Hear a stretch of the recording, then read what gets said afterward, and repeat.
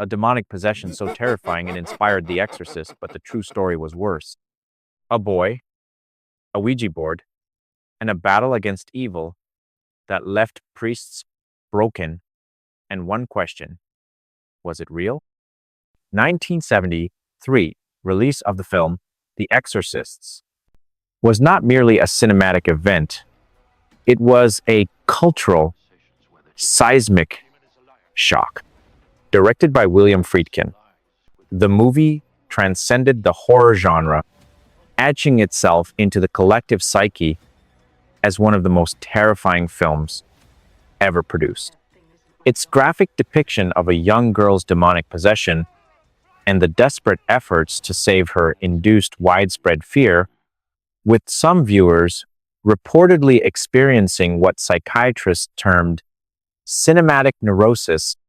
The film's power was amplified by the chilling revelation that its narrative was not pure fiction, but was loosely based on a documented case of exorcism performed in 1949 on a 14-year-old boy.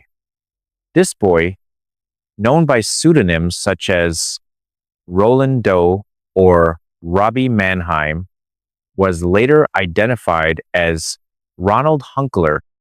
The immediate cloaking of his identity under various names hints at the profound layers of secrecy and the desire for protection that enveloped the case from its very beginning, a stark contrast to the public exposure of a fictional character. The knowledge that a true story underpinned the film's horrors created a compelling feedback loop. The fiction intensified public fascination with the factual basis, while the often sensationalized or incomplete facts lent an unsettling veneer of credibility to the cinematic terror. This interplay between the dramatized narrative and the reported reality has fueled decades of speculation and fear. It is within this context that the central inquiry of this report emerges. Could the true story of Roland Doe be more disturbing, more profoundly horrifying than the iconic film it inspired? This investigation will dissect this assertion, delving into the raw, unfiltered reality of the 1949 events to explore whether the unseen torment of real life can indeed be worse than the movie.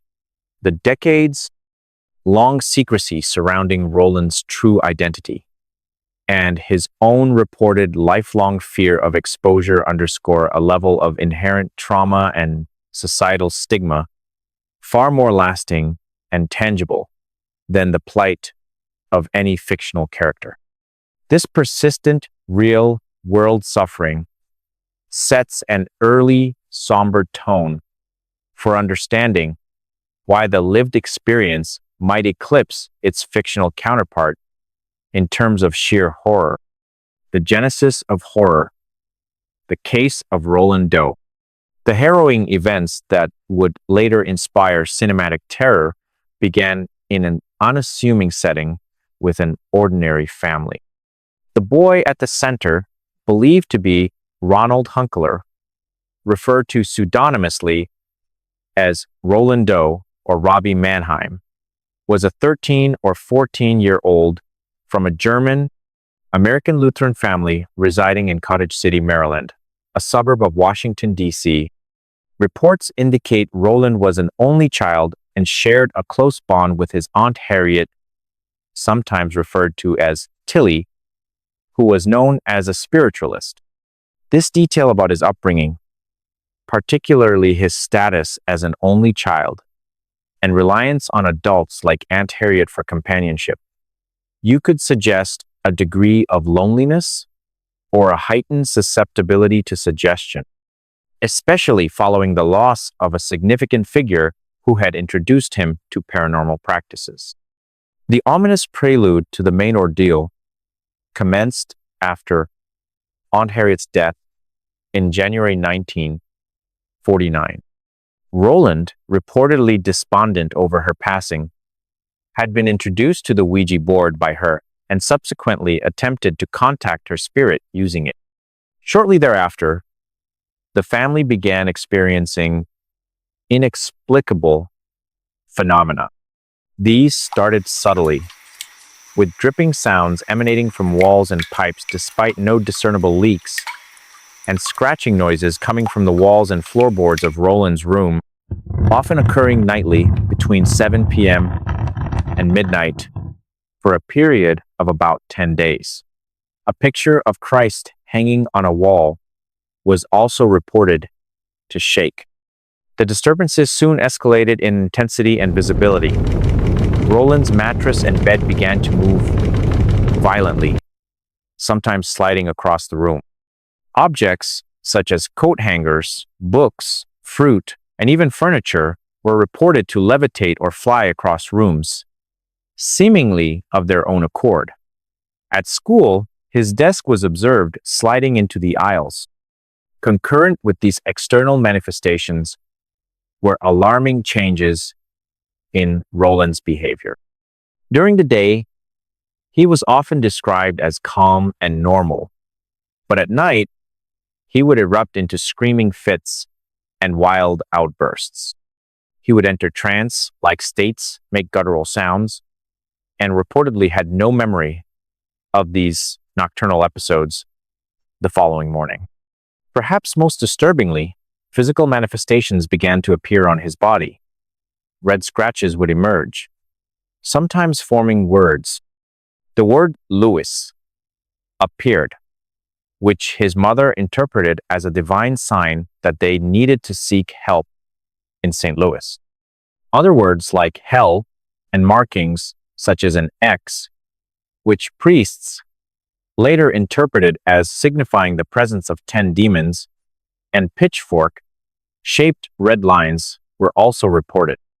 This progression from subtle auditory disturbances to overt physical phenomena and severe behavioral changes mirrors classic narratives of possession, but also suggests a potential psychological escalation or, from a skeptical viewpoint, an increasingly elaborate performance.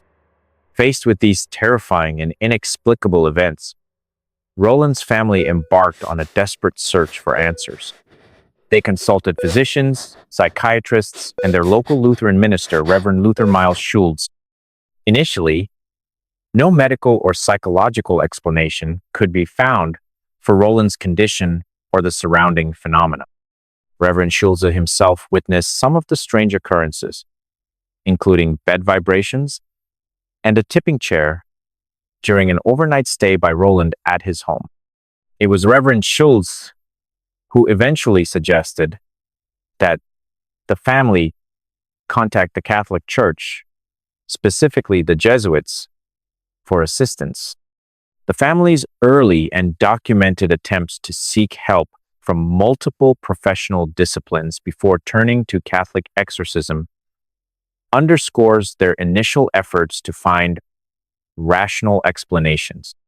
This methodical approach suggests that the phenomena were persistent and baffling enough to exhaust conventional avenues, lending weight to the perception that the turn to exorcism was a measure of last resort rather than an immediate leap of faith confronting the unseen. The grueling rites of exorcism. The family's first formal engagement with the Catholic Church in search of a solution led them to Father E. Albert Hughes in Maryland.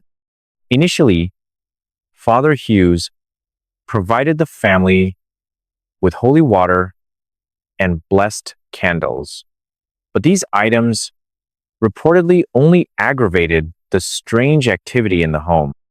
Consequently, Father Hughes sought and received permission to perform an exorcism, which he attempted in late February 1949. During this rite, Roland was strapped to his mattress. The procedure was violently interrupted and ultimately aborted when Roland managed to break off a piece of the mattress spring and slashed Father Hughes across his arm or shoulder.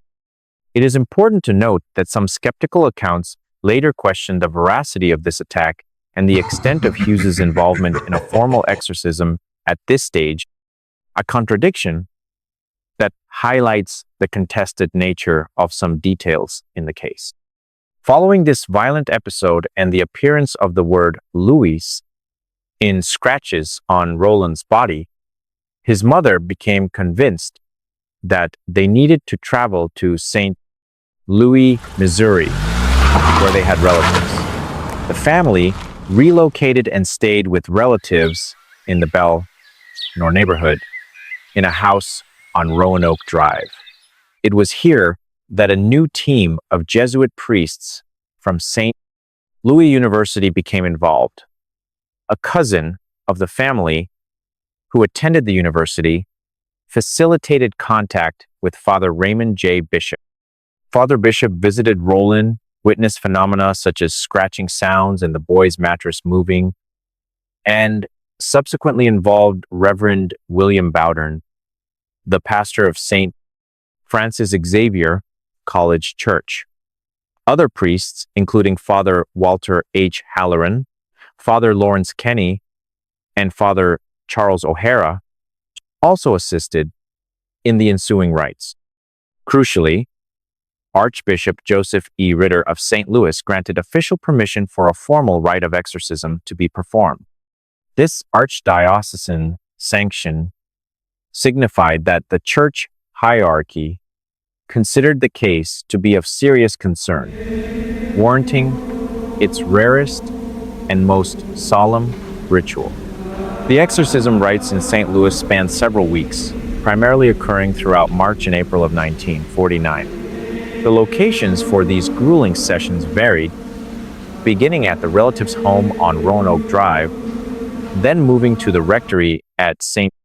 Francis Xavier Church, and ultimately concluding at the Alexian Brothers Hospital. This shifting of locations suggests the escalating severity of the phenomena and the immense difficulty the priests faced in managing the situation. The decision to move the exorcism to Alexian Brothers Hospital, and at one point to its psychiatric ward where Roland was restrained, is a particularly significant detail. It blurs the lines between spiritual intervention and what might be perceived as a need for medical containment, possibly indicating that even the priests recognized aspects of the boy's condition that required a controlled, secure environment, regardless of their ultimate attribution of the cause to demonic forces. Eyewitness accounts, notably detailed in the diary of Father Bishop, which formed the basis of Thomas B. Allen's book Possessed, chronicle a terrifying array of manifestations during the rites. Roland reportedly reacted violently to sacred objects, such as crucifixes and holy water.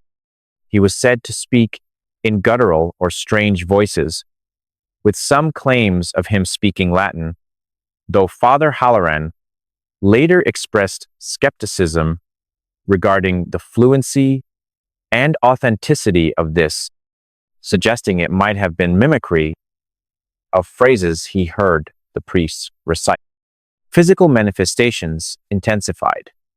The mattress would shake violently, objects would fly through the air, and scratches would continue to appear on his body, sometimes forming words like hell, devil, or Satan, along with the previously noted X on his chest.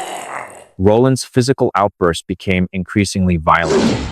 He would spit, curse profanely, and emit howling or growling sounds. On one occasion, he urinated all over his bed during a rite. He also physically assaulted the priest, at one point punching Father Halloran in the face and breaking his nose.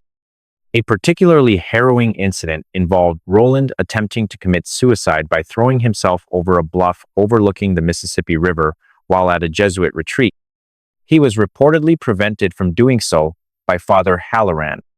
The escalation of such violence during the exorcism rites points to either a genuinely powerful entity, fiercely resisting expulsion, or a deeply disturbed individual reacting with extreme measures to prolonged, intense, and invasive procedures.